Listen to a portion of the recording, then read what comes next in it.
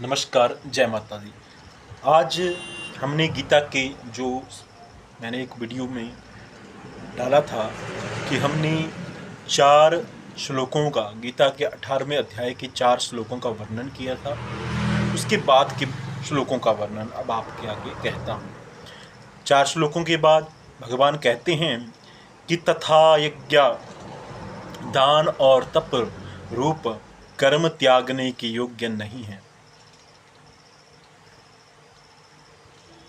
किंतु वह निसंदेह करना कर्तव्य है, क्योंकि यज्ञ, दान और तप यह तीनों ही बुद्धिमान पुरुषों को पवित्र करने वाले हैं। बोला प्रभु ने, किंतु यज्ञ, दान और तप ये कभी भी त्यागने योग्य नहीं है, इनको करना चाहिए।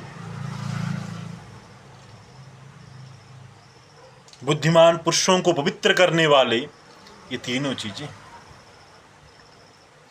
इसलिए हे पार्थ, यह यज्ञ, दान और तप रूप कर्म तथा और भी संपूर्ण श्रेष्ठ कर्म आसक्ति को और फलों को त्याग कर अवश्य करने चाहिए।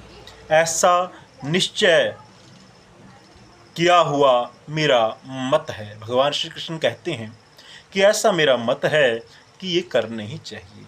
और ही अर्जुन, नियत कर्म का त्याग करना योग्य नहीं है, इसलिए मोह से उसका त्याग करना तामस त्याग कहा गया है। और जो नियत कर्म का त्याग करता है और मोह से उसका त्याग करता है, मोह से अर्थात कि पैसा बचाना है, क्यों तप करना, क्यों दान करना, क्यों ज़्यादा खर्चा करना। कंजूस इंसान जो मोह से उसका त्याग करता है उसे तामस त्याग कहा गया है। यदि कोई मनुष्य जो कुछ कर्म है वह सब ही दुख रूप है, ऐसे समझकर शारीरिक क्लेश के भय से कर्मों का त्याग कर दे, वह पुरुष राजस त्याग को करके भी त्याग के फल को प्राप्त नहीं करता।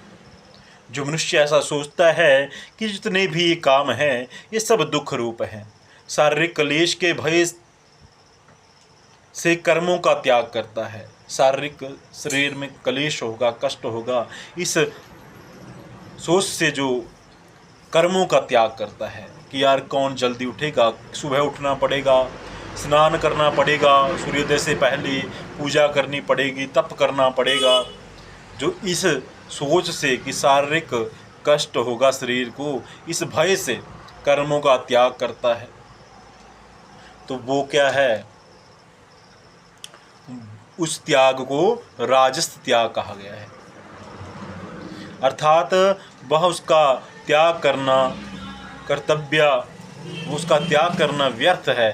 उसका त्याग करना कि मैंने त्याग कर दिया, त्याग क्या किया उसने, तो मौज कर ली, तो वो त्याग करना व्यर्थ है। हे अर्जुन, करना कर्तव्य है, ऐसे समझ कर ही जो शास्त्र विधि से नियत किया हुआ कर्तव्य कर्म आसक्ति को और फल को त्याग कर किया जाता है, वह सात्विक त्याग कहा गया है। सात्विक त्याग कैसा कहा गया है? जो सबसे अच्छा त्याग है वह सात्विक त्याग है, कि जो कर्म हमें दिए हैं उस परमपिता परमात्मा ने, जो नित्य के कर्म हैं, जो जरूरी काम हैं, जो उनको समयबद्ध पूरा कर रहा है, जैसे सूर्योदय से पहले उठना हमारे शास्त्र में नियम है, जो उठता है, जो पूजा पाठ करता है, जो अपने सब कामों को करता है, परंतु यह सोच के कि इसका फल की इच्छा नहीं है, जो फल की भावना, फल की इच्छा को त्याग देता है,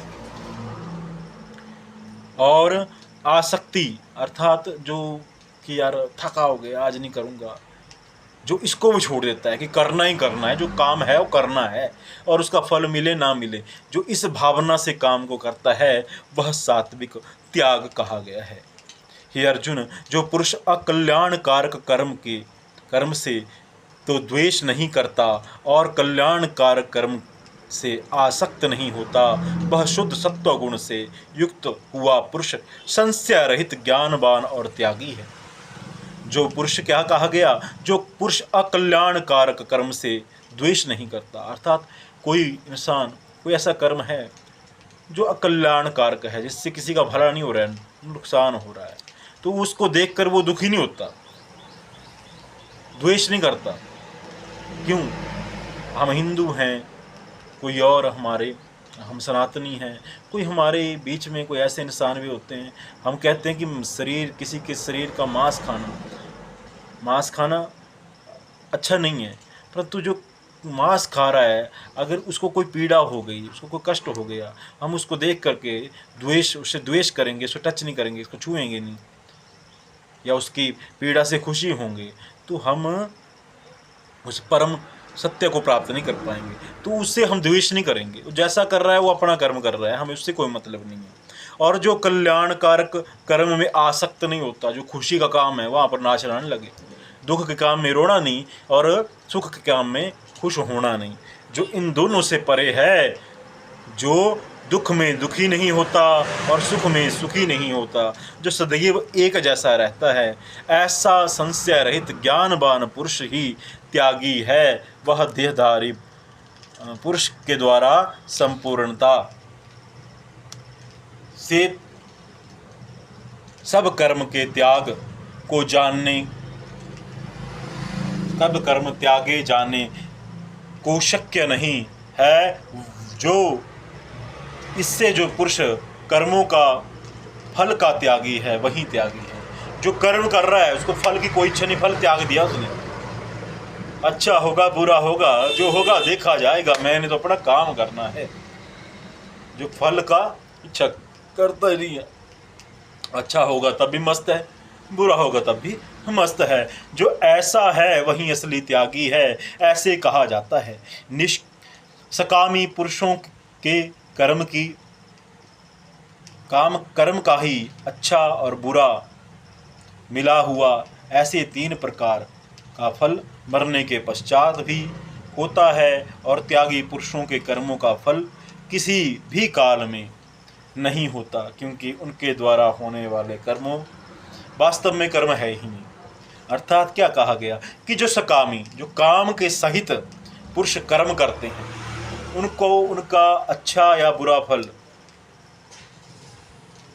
मरने के पश्चात भी मिलेगा। अर्थात मैंने यज्ञ किया, मैंने दान किया, मैंने अच्छा काम किया, तो मुझे उसका फल जो है मरने के बाद मिलेगा। जीते जी तो फल मिलेगा ना, समृद्धि को पाऊंगा। अगर बड़ा दान यज्ञ करूंगा तो लोग बोलेंगे यार बड़ा दानी है, परंतु मरने के बाद भी मुझे उसका फल मिलेगा। परंतु जो मैं बुरा करूंगा उसका मुझे इस जीवन में भी लोग धुतकारेंगे, परंतु मरने के बाद भी मुझे उस दोष का फल मिलेगा। अर्थात सकामी पुरुष, अर्थात जो काम के सहित कर्म करते हैं, उनको इस युग में भी और मरने के पश्चात भी उसका फल मिलेगा। परंतु जिसने कर्म किया, परंतु कभी भी उसने कर्म को फल, जिस त्यागी पुरुष ने कर्मों का फल का सोचा ही नहीं, अर्थात उसने कर्म किए और यह सोच के कि अच्छा है बुरा है कुछ भी नहीं, जो सब है वो सब भगवान का है, अच्छा है सो भी भगवान का, बुरा है सो भी भगवान का, उसको इस कर्मों का फल जो है किसी भी काल में उसको नहीं मिलता, क्योंकि उसने अच्छे कर्म को अच्छा नहीं माना और बुरे कर्म को बुरा नहीं माना। उसको उन कर्मों का फल ना इस युग में मिलता है ना मृत्यु के बाद मिलता है, क्योंकि वो कर्म करके भी, वो कर्म करता हुआ भी वास्तव में कर्म नहीं करता, कि उसने कर्म नहीं किया। जब उसने उस चीज़ से मोह रखा ही नहीं, खुशी में खुश हुआ ही नहीं, दुख में दुखी हुआ ही नहीं, तो फिर उसको वो कर्म व्याप्त ही नहीं है, उसने कर्म किए ही नहीं।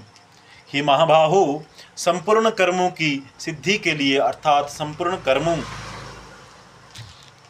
के सिद्ध होने में यह 5 हेतु सांख्य सिद्धांत में कहे गए हैं, जिनको तू मेरे से भली प्रकार से जान। हे अर्जुन, इस विषय में आधार और कर्ता तथा न्यारे न्यारे कर्ण और नाना प्रकार की न्यारी न्यारी चेष्टा एवं वैसे ही 5वां हेतु दैव कहा गया है, क्योंकि मनुष्य मन वाणी और शरीर से शास्त्रों के अनुसार अथवा विपरीत भी जो कुछ कर्म आरंभ करता है, उसके यह 5 ही कारण हैं। परंतु ऐसा होने पर भी जो पुरुष अशुद्ध बुद्धि होने के कारण उस विषय को केवल शुद्ध स्वरूप आत्मा को करता देखता है, वह मलिन बुद्धि वाला अज्ञानी यथार्थ नहीं देखता। अर्थात जो 5 प्रभु ने कारण बताए, ये कारण होते हैं और ये 5 ही कारण हमारे इस संसार में व्याप्त हैं। परंतु ऐसा होने पर भी जो पुरुष अशुद्ध बुद्धि होने के कारण उन विषयों में केवल शुद्ध स्वरूप आत्मा को करता देखता है, वह मलिन बुद्धि वाला अज्ञानी यथार्थ नहीं देखता। अर्थात परंतु ऐसा होने पर भी जो पुरुष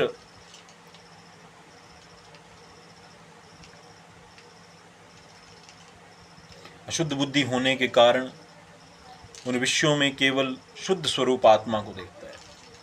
अर्थात कुछ मनुष्य ऐसे हैं कि जो अशुद्ध बुद्धि, मतलब ये जो बातें बताई ये अशुद्ध चीज़ें हैं, परंतु वो इसको नहीं मानता। वो सोचता है कि जो शुद्ध स्वरूप आत्मा है उसको ही करता जानता है, कि मैं कुछ नहीं कर रहा हूँ। कर कौन रहा है?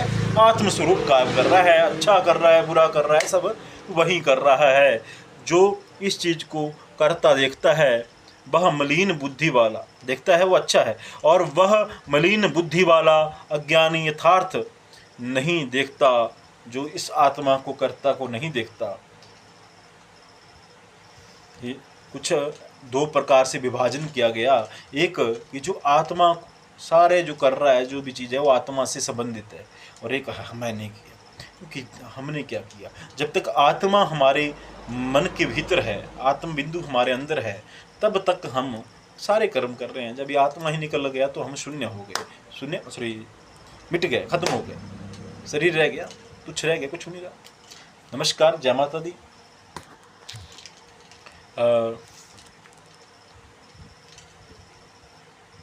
आज मैंने गीता के 4 से लेकर के 16 अध्याय तक का 16 श्लोकों तक का 18वें अध्याय के 5वें श्लोक से 16वें श्लोक तक का वर्णन आप लोगों से किया।